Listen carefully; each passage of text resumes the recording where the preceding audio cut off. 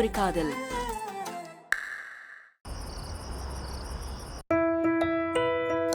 Criminology is the study of crime and criminal behavior informed by principle of sociology. ஏய் பிரியா, ஏய் நான் ஒருத்தி மாங்குன்னு படிச்சிட்டு இருக்கேன். நீ என்னடானா கொட்டாவி விட்டு ஏதோ நான் தாலாட்டு பாடுற மாதிரி தூங்கிட்டு இருக்க. என்னடி பண்றது, நான் ஸ்கூல்ல படிக்கும் போதுல இருந்தே இப்படித்தான். இங்கிலீஷ் பாடம் நடத்தினா தூக்கமா வந்துரும்.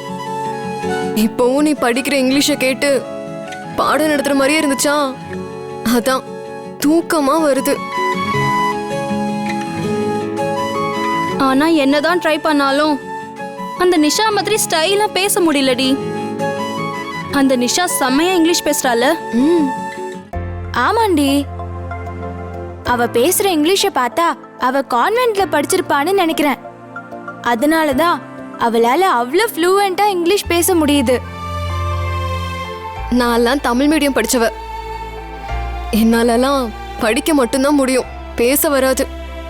எனக்கும் இந்த பாலா போன இங்கிலீஷ் தாண்டி வரவே மாட்டேங்குது. ஒருவேளை எனக்கு வேற ஸ்டேட்ல போஸ்டிங் போட்டா என்ன பண்ண போறனோ. அங்க இருக்கிற அதிகாரிங்கெல்லாம் தசு புஸ்ன்னு இங்கிலீஷ்ல பேசுவாங்க. அப்போ எப்படி பேசி சமாளிக்க போறேனே தெரியல. எனக்கு பிரச்சனை இல்ல, நான் செம்மையா இங்கிலீஷ்ல பேசி அசத்திடுவேன். பரவாயில்லையே, ஆனா நீ இங்கிலீஷ்ல பேசி நான் பார்த்ததே இல்லையடி. ஆமா, நான் இப்ப படிச்சு காட்டுறேன், பார்த்துட்டு சொல்லுங்க. ம் ம்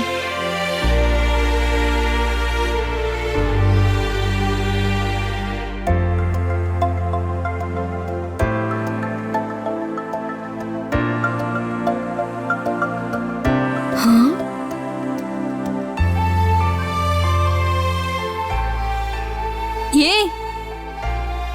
அந்த நிஷாவை விட சூப்பரா பேசுறடி. தமிழ்னு பேர் வச்சுக்கிட்டு இங்கிலீஷ்ல பொலந்து கட்டுறடி. எப்படிடி? ஆமாண்டி, எங்களுக்கும் அப்படி சொல்லி கொடுடி.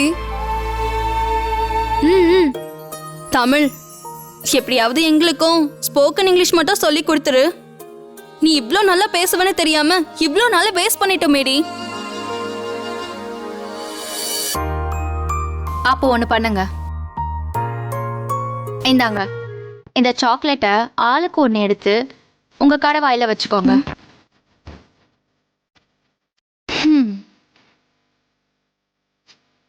இப்போ அதை அப்படியே கடை வாயில அடக்குங்க. அடக்கிட்டீங்களா? இப்போ வாசிங்க.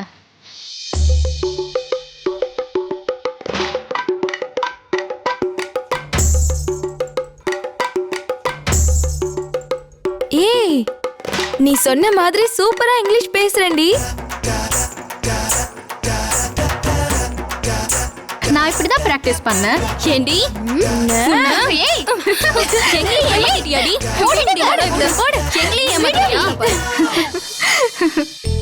ஏண்டி எல்லாரையும் இப்படி புத்திசாலித்தனமா ஏமாத்தி இருக்க? நாங்களும் முட்டாள்தனமா நீ சொல்றதெல்லாம் கேட்டு சின்சியரா பண்ணுமே. எல்லாமே அந்த ஸ்போக்கன் இங்கிலீஷ் தெரியாத வீக்னஸ் தாண்டி எங்களை இப்படி பண்ண வச்சிருக்கு. நான் அமெரிக்கன் இங்கிலீஷ் படிச்சுட்டேன், நான் போறேன், நீங்க படிச்சுட்டு வாங்க. பாய், குட் நைட்.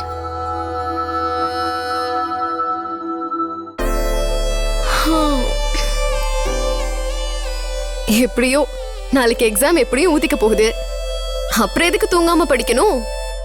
அதனால நான் போய் தூங்க போறேன். Good night. ஏய், எனக்கும் தூக்கம் வருது கயல். நீ வேணா படி, நானும் தூங்க போறேன்.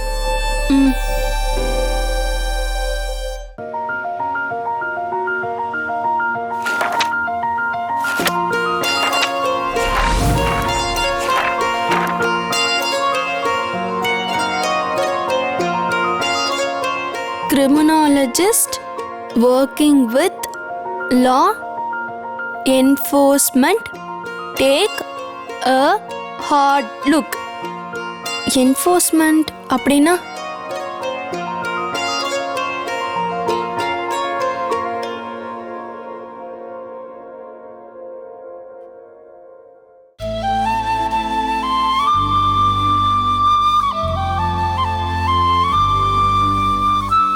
Enforcement take a hard look at offenders. Hello, மணி 12 ஆச்சு. இன்னும் என்ன பண்ணிக்கிட்டு இருக்க? நாளைக்கு எக்ஸாம் இருக்குன்னு சொன்னீங்கல்ல, அதான் படிச்சிட்டு இருக்கேன். ஆனா ரொம்ப கஷ்டப்பட்டு படிக்கிற மாதிரி இருக்கே. என்ன படிச்சு முடிச்சிட்டியா இல்ல இன்னும் இல்லையா? இன்னும் இல்லை சார். இங்கிலீஷ்னாலே எனக்கு கஷ்டம்தான் சார். அதான் என்னால வேகமா படிக்க முடியல. இங்க பாரு, இங்கிலீஷ் ஒன்றும் கஷ்டம் இல்ல. அதுவும் மத்த மொழி மாதிரி ஈஸியானதுதான். அது மட்டும் இல்ல, இங்கிலீஷ் தெரிஞ்சாதான் ஒருத்தர் புத்திசாலின்னு அர்த்தம் கிடையாது. இங்கிலீஷ் படிக்கிறது பெருமைக்காகவும் கிடையாது. நம்ம சிந்தனை தாய்மொழியில இருந்து அதை இங்கிலீஷ்ல வெளிப்படுத்த தெரிஞ்சாவே போதும். என்ன ஒரு அட்வான்டேஜ்னா, இங்கிலீஷ் உலகம் பூரா பேசுறதால அதுக்கு முக்கியத்துவம் கொடுக்கறாங்க. இருந்தாலும் இன்னமும் பிரெஞ்சு, சைனீஸ், ஜாப்பனீஸ் எல்லாம் இன்னும் அவங்க தாய்மொழியில தான் படிக்கிறாங்க, பேசுறாங்க. பட் நம்ம நிலைமை வேற மாதிரி இருக்கு. எனிஹவ், இங்கிலீஷ் படிக்கிறது பேசுறது எல்லாமே அவசியமா இருக்கு. ஆனா அது ரொம்ப ஈஸி தான். முதல்ல சின்ன சின்ன வார்த்தைகளை ஸ்டார்ட் பண்ண. How are you, how do you do, have some coffee, இந்த மாதிரி சின்ன சின்ன வார்த்தைகளை கூச்சம் இல்லாம பேச ஆரம்பிச்சாதான் பின்னால பெரிய பெரிய வார்த்தைகளை கத்துக்க முடியும். டோன்ட் வரி, நான் உனக்கு இங்கிலீஷ் கத்து தரேன். ஓகே சார், ட்ரை பண்றேன். உன் பேனாவை கொஞ்சம் கொடு. நோ நோ, உன் பேனாவை கொடு. இந்த சென்டென்ஸை அப்படியே இங்கிலீஷ்ல சொல்லணும். ஓகே சார், அது கொஞ்சம் ஈஸி தான் sir. Please give a pen. கரெக்டா சார்? கரெக்ட் தான். ஆனா யூசுவலா அது அப்படி சொல்ல மாட்டாங்க. வேற எப்படி சார் சொல்லுவாங்க? will you please give your pen அப்படின்னு சொல்லுவாங்க. அவங்க கல்ச்சர்ல ஒரு பேனாவை கேட்கணும்னா கூட அவங்க ரெக்வெஸ்டா நாகரிகமா கேட்பாங்க. உட்காரு, அந்த புக்கு கொடு.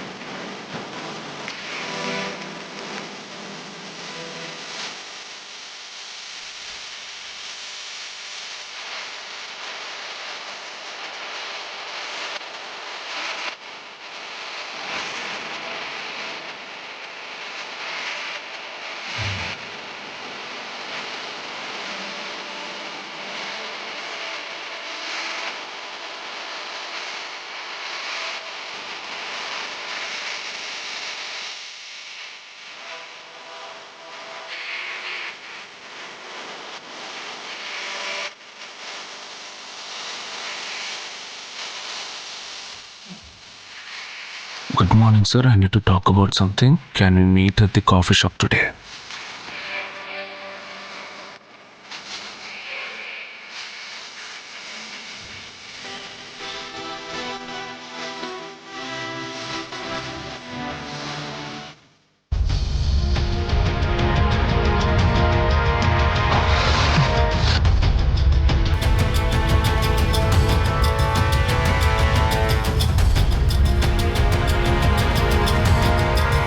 கயல்,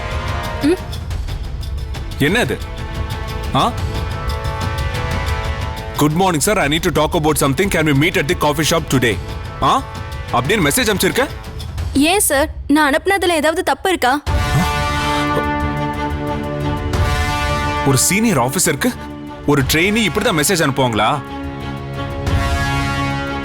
நான் இந்த மெசேஜை மேல் இடத்துக்கு அனுப்புனேன்னு வெயி, உன் கெரியர் ஸ்பாயில் ஆயிடும். ஹலோ சார், என்ன சார் என்னென்னமோ பேசுறீங்க? நீங்க தானே சின்ன சின்ன விஷயத்த கத்துக்கிட்டா அப்புறம் பெரிய பெரிய லெவல்ல இங்கிலீஷ்ல பேச முடியும்னு சொன்னீங்க. அதான் இங்கிலீஷ்ல எனக்கு தெரிஞ்ச சில சென்டென்ஸை டைப் பண்ணி உங்களுக்கு அனுப்புனேன். அதுக்குள்ள தப்பான முடிவுக்கு வந்துட்டீங்களே சார். ஓ, ஐம் சாரி, நான் கொஞ்சம் அவசரப்பட்டுட்டேன். சார், தமிழ், அகிலா, பிரியா இங்க இருக்கிற யாருக்குமே சரியா இங்கிலீஷ் தெரியாது.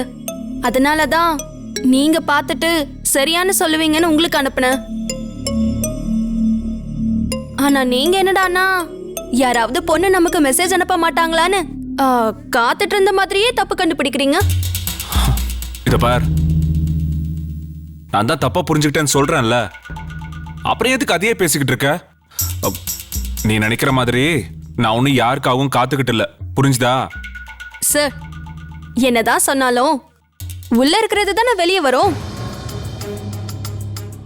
ஒருவேளை உங்க மனசுல அப்படி ஏதாவது தப்பான எண்ணம் இருந்தா அதை அடியோட மறந்துருங்க சார். நீங்க என்னோட ட்ரெயினர், நான் உங்களோட ட்ரெயினி, அப்படிதான் நான் நினைக்கிறேன்.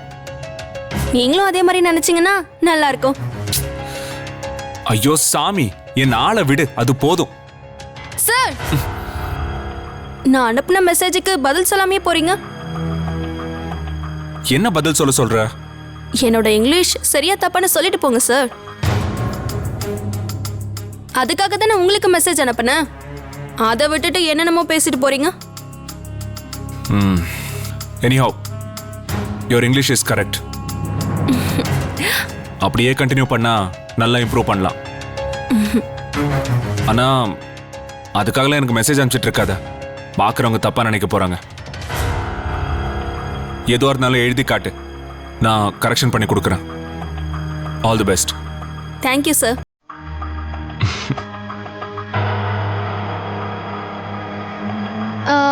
சார், நோ மென்ஷன் சொல்லாம போறீங்க.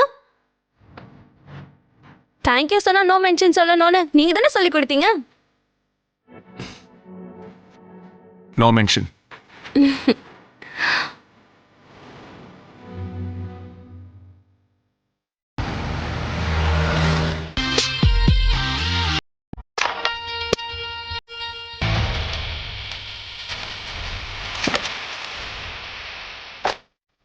I welcome all police women. நம்ம ஸ்டேட்ல பெண்கள் போலீஸ் பிரிவு நல்லாவே செயல்பட்டுக்கிட்டு இருக்கு. நீங்க சூர்யா சார் தலைமையில நல்லா ட்ரெயின் ஆயிருப்பீங்கன்னு நான் நினைக்கிறேன். ஏன்னா சூர்யா சார் ஒரு சின்சியர் போலீஸ் ஆஃபீஸர். ஸோ அவர்கிட்ட ட்ரெயின் ஆகிற நீங்களும் அவர் மாதிரி வருவீங்கன்னு நான் நம்புறேன். ஓகே, இன்னைக்கு நீங்க கேஸ் ஸ்டடி பண்ண போறீங்க. கேஸ் ஸ்டடி என்னன்னு உங்களுக்கு சூர்யா சாரே சொல்லியிருப்பாருன்னு நினைக்கிறேன். கேஸ் ஸ்டடிங்கிறது போலீஸ் டிபார்ட்மெண்ட்ல மட்டும் இல்லை, பாலிடிக்ஸ், மெடிசன், சைக்காலஜி, இப்படி எல்லா துறையிலையும் இருக்கு. நாம படிக்கிறப்ப என்னதான் புக்ஸ் படிச்சு எக்ஸாம் எழுதினாலும் ப்ராக்டிக்கல்னு தவளையே கட் பண்றோம், லேப்ல எக்ஸ்பெரிமெண்ட் பண்றோம். அந்த மாதிரி தான் இதுவும். நம்ம ட்ரைனிங்ல கேஸ் ஸ்டடிங்கிறது பிராக்டிக்கல் எக்ஸ்பீரியன்ஸை கொடுக்கும். நாம சந்தேகத்தின் அடிப்படையில் அல்லது புகாரின் அடிப்படையில் ஒருத்தரை அரெஸ்ட் பண்றோம் அப்படின்னா அவரு குற்றவாளி தானான்னு விசாரிச்சு தெரிஞ்சுக்கணும். அந்த அடிப்படையில் தான் அவங்க மேல கேஸ் ஃபைல் பண்ணி கோர்ட்ல ஆஜர் பண்ண முடியும். இது நீங்க தெரிஞ்சுக்க வேண்டிய அடிப்படையான ஒரு விஷயம். நீங்க இப்ப ஒரு உண்மையான கேஸை விசாரிக்க போறீங்க. நீங்க ஒரு கேஸை எப்படி விசாரிக்கிறீங்க, என்ன முடிவுக்கு வரீங்கன்னு இப்ப நாங்க பார்க்க போறோம். இதை வச்சு நாங்க உங்க ஸ்கில் என்னங்கிறத முடிவு பண்ணுவோம். அதுக்கு உங்களுக்கு தனியா மார்க் இருக்கு. இந்த கேஸ் என்னன்னா, ஒரு மைனர் பொண்ணை ஒருத்தர் கல்யாணம் பண்ணிக்கிட்டாரு.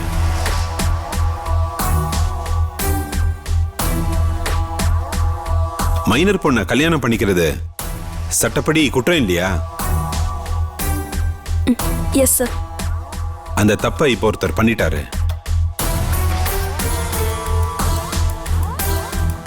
கொஞ்ச நாள் கழிச்சு பொது நபர் கொடுத்த புகாரின் பேர்ல அவர் பண்ணது தப்புன்னு நம்ம இன்ஸ்பெக்டர் திவ்யா அவரை அரெஸ்ட் பண்ணி வச்சிருக்காங்க.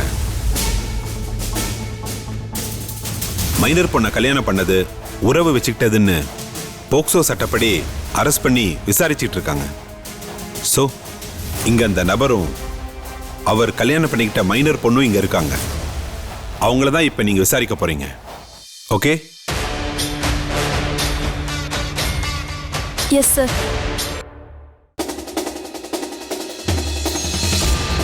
மே I come in sir? Yes, come in. Sir. Kayal, அவங்க 2 பேரையும் விசாரிங்க பார்க்கலாம். Yes sir. இங்க பாருங்க, இவங்க தான் உங்க கேஸை விசாரிக்க போறவங்க. நீங்க 2 பேரும் அவங்களுக்கு ஒத்துழைப்பு கொடுக்கணும். சரியா? சரிங்க மேடம்.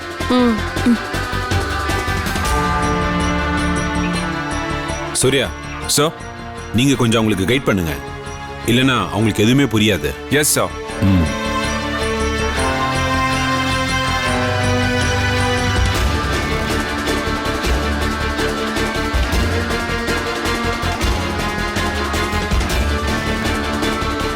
கயல், என்ன பாருங்க. என்ன பார்த்துட்டு அந்த மாதிரி நீங்களும் விசாரிங்க. Yes sir. உங்க பேர் என்ன? என் பேர் சிவராமன் சார். சொல்லுங்க, எதுக்காக நீங்க மைனர் பொண்ணை கல்யாணம் பண்ணீங்க? அவங்க மைனர்னு உங்களுக்கு தெரிஞ்சுதான் கல்யாணம் பண்ணீங்களா, இல்ல தெரியாம பண்ணிட்டீங்களா? எனக்கு தெரியாது சார். எங்கள் குடும்பத்தில் பொண்ணை பார்க்க சொன்னாங்க. பார்த்துட்டு பிடிச்சிருக்குன்னு சொன்னேன். மற்றபடி எங்கள் யாருக்குமே இவ மைனர் பொண்ணுன்ற விஷயம் தெரியாது சார். குடும்பம் நல்ல குடும்பமானு விசாரித்தோம், அவ்வளோதான் சார். கல்யாணம் முடிஞ்சு கொஞ்ச நாள் கழிச்சு திடீர்னு போலீஸ் வந்து என்னை அரெஸ்ட் பண்ணிட்டாங்க சார்.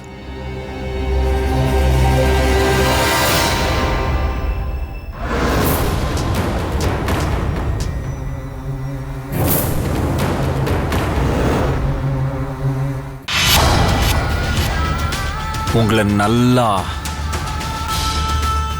ஏமாத்திருக்காங்கல்ல?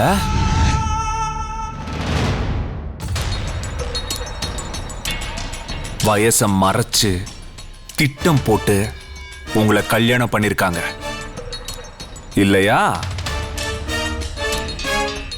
ஆமாம் சார், நாங்கள் சம்பிரதாயப்படி கல்யாணம் பண்ணிக்கிட்டோம் சார். அதில் அவங்க வயசு என்ன, ஆதார் கார்டு, ஓட்டர் ஐடி இதெல்லாம் வாங்கியா சார் பார்க்க போகிறோம்?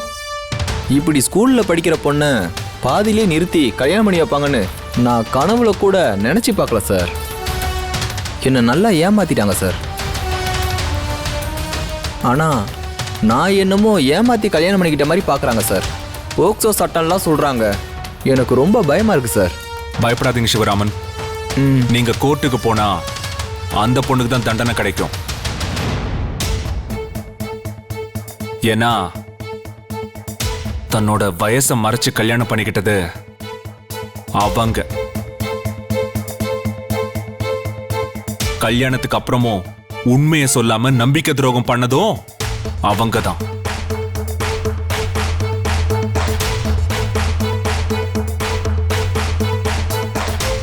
எல்லா தப்பையும் பண்ண அந்த பொண்ணை விட்டுட்டு உங்களை தண்டிக்கிறதுல எந்த நியாயமும் இல்ல. ஆண்களை தண்டிக்க போக்சோ சட்டம் இருக்கிற மாதிரி பெண்களை தண்டிக்க எந்த சட்டமும் இல்ல. ஆனா இந்த சட்டத்தால ஆண்கள் தான் ஜெயிலுக்கு போறாங்க. ஜெயிலுக்கு போய் அவங்க மட்டும் அவமானப்படுறது இல்ல, அவங்க குடும்பமும் சேர்த்து அவமானப்படுது. மீடியால வந்து அசிங்கப்பட்டு நிக்கிறது ஆண்கள் தான். ஆனா பெண்கள் இதுல எந்த விதத்திலையும் பாதிக்கப்படுறதே இல்ல. ஏன்னா அவங்களுக்கு போக்சோ சட்டம் ஆதரவா இருக்கு. அதனாலதான் சில பொண்ணுங்க உண்மையை மறைச்சு துணிஞ்சு தப்பு பண்றாங்க.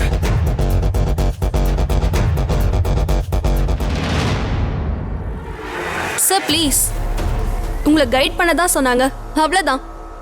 ஆனா நீங்க என்னடானா விசாரிக்க ஆரம்பிச்சிட்டீங்க. போலீஸ் ஸ்டேஷனை கோர்ட் ஆக்கி எதிர்கட்சி வக்கீல் மாதிரி பேச ஆரம்பிச்சிட்டீங்க. நாம விசாரிச்சு கேஸ் ஃபைல் பண்ண போதும். யார் குற்றவாளின்னு கோர்ட் தான் முடிவு பண்ணும். இப்போ என்ன விசாரிக்க அலோ பண்றீங்களா சார்? ஏமா ஒரு சீனியர் ஆபீசர் கிட்ட எப்படி பேசணும்னு தெரியாது?